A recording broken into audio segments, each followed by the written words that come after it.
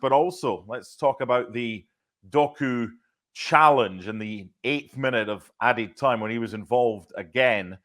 No penalty there. So the goal scoring might have been finished, but it could have had another couple of goals depending on circumstances. What did you make of both of those moments of the game near the end?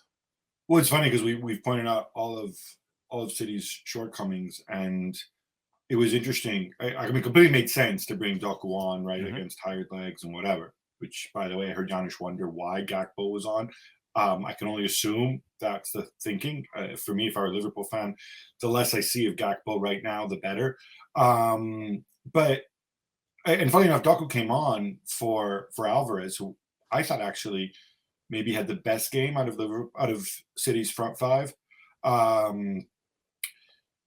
Obviously, that shows you that when you've got the individual match winners, you can do things, and Doku can be an individual match winner. We could just as easily, question De Bruyne going off and whatever. If that goes in, then we're telling a different story, and City are, on their own at the top of the Premier League. That said, for me at the end, that's a penalty. That's a pretty Stonewall penalty. Yeah. Sorry? Yeah, no, I agree. I'm not going to blame Brian Oliver. Michael VAR, Oliver. Sorry? Michael Oliver, not Brian Oliver. Michael Oliver. Good point. I'm not going to blame Michael. Brian Oliver's sitting watching this goes, I've done nothing wrong. Exactly. Either one. I think it's one of those very typical things where the VAR looks at it and says, okay, well, Michael must have thought that he was going for the ball and must have thought that he didn't leave his boot in. And so therefore he doesn't need to look at it. He saw it clearly, and we don't want to be re-refereeing games, right? It's not as if Oliver didn't see it. Might he have changed his mind if he'd seen it? I don't know. I think this is kind of like the new frontier of what people are going to talk about with VAR, because if I'm sitting in that VAR booth and Oliver tells you, yeah, I saw it clearly, then I can't go and say, well, you missed something, because you didn't miss anything, right? Yeah. Equally, I think I would like to think that if he sees it again, he may well change his mind. So I think we need to decide. We don't want to have re-refereeing, but equally, if the same guy looks at it again, would he stick to his original decision? I suspect he wouldn't. Janusz, I think that brings up a really good point here, because what is getting lost with VAR is that there are constant discussions. That's why they're all wired up and they're in each other's ears. So the VAR is basically saying to the referee, what did you see? Now, if the referee basically says, this is what I thought I saw, it's up to VAR to say, well, that isn't what happened. We think there might be an error here. Something else might have happened, and it could be a clear and obvious error. If that is given as a penalty, it's not getting overturned. That penalty would stay.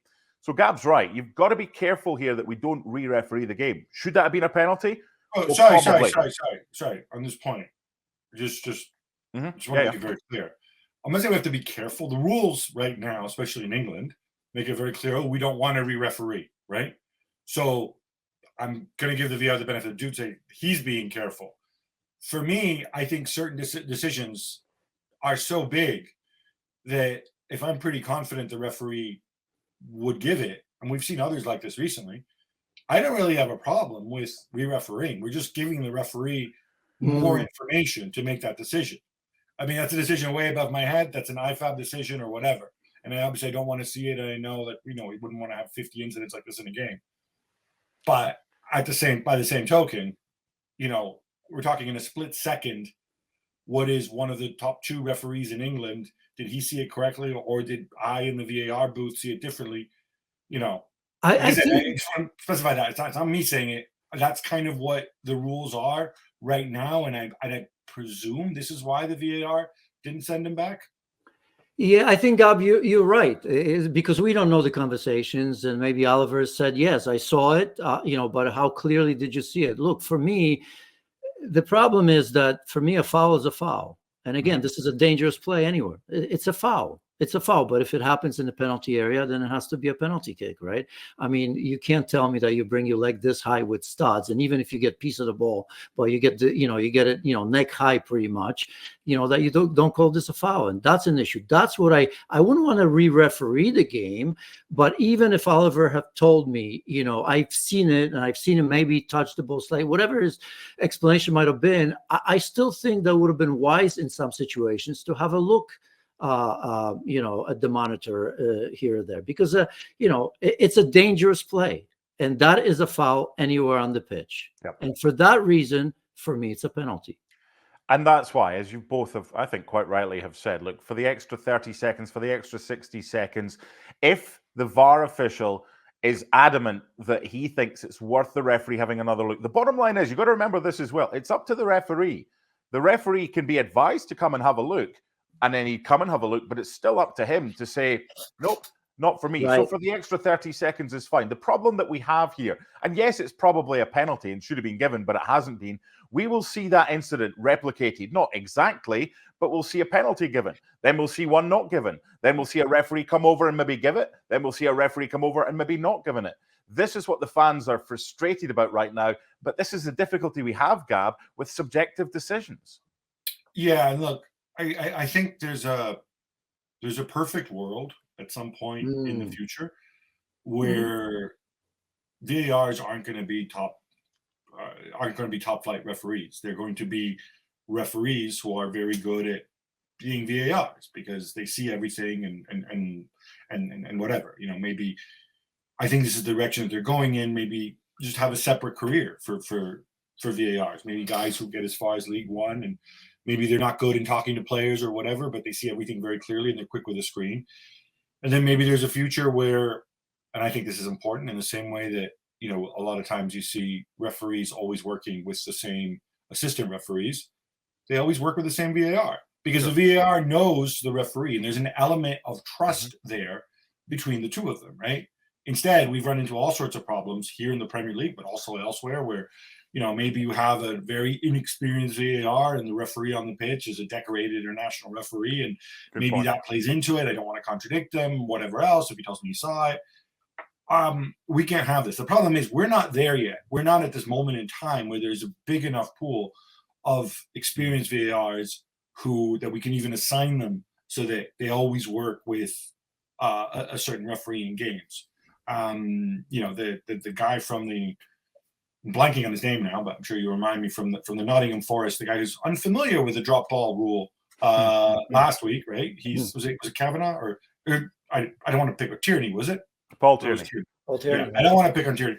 But look, he's in the VAR booth on Saturday night. Well, gee, I hope, if he was there for the Arsenal-Brentford game, he didn't do any damage, but, I hope he took the time to read his manual in the meantime. Yeah. Is he a referee? Is he a VAR? They're two different things, right? They're two different roles, I think. We just haven't had enough time to build up a cohort of VARs who I think can do that and who can always work as a team with the referees the way we do with assistant referees. Like, nobody, not even the saddest of losers, grows up thinking, ooh, I really want to be an assistant referee. No, all assistant referees were referees. They hit a ceiling, they hit a certain level, and then they became assistants, right? And it should be the same thing with VARs, and it will be, I think, eventually. I agree with you in general on almost everything you said, and I'm going to pick on something which you don't probably mean, but because you said there may be a perfection one day, I don't think it's going to happen. It's impossible. It's just a better situation than we have now. Not perfection. It's subjective because part of me, like I said, to me, a foul is a foul. That's a dangerous play, no matter how you slice it. It's just the fact that maybe he touches the ball, it, to me, makes zero difference. I mean, that foot shouldn't be that high with touch showing. I mean, that's a dangerous play, right? Anywhere on the pitches. So we've established that. Part of it, because I don't know if I put this on VAR because we don't know. VAR might have said, Michael, just maybe have a look at this. And I don't know, maybe Oliver said, no, I've seen it. That's it, right? He's not allowed to say no. I mean, because we don't.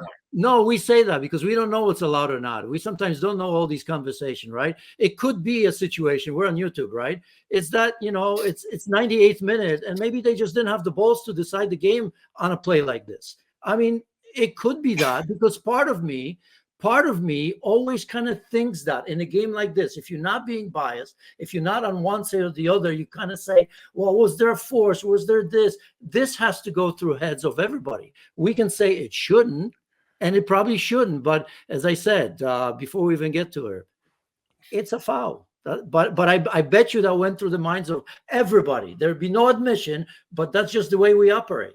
I think the bottom line here is, and I want to wrap this up because you could easily talk for hours about this, which we will not be doing. If it's in the other box, are Manchester City fans wanting a penalty for that? Pretty much 100% of them are. So there's that hypocrisy. Oh, it was never a penalty. It was never. But if it was the other end, would it have been for you? Of course it was. That's us. That's football fans. That's what we do. If you've got a red and white scarf on, you think it was. If you've got a blue and white scarf on, you think it wasn't.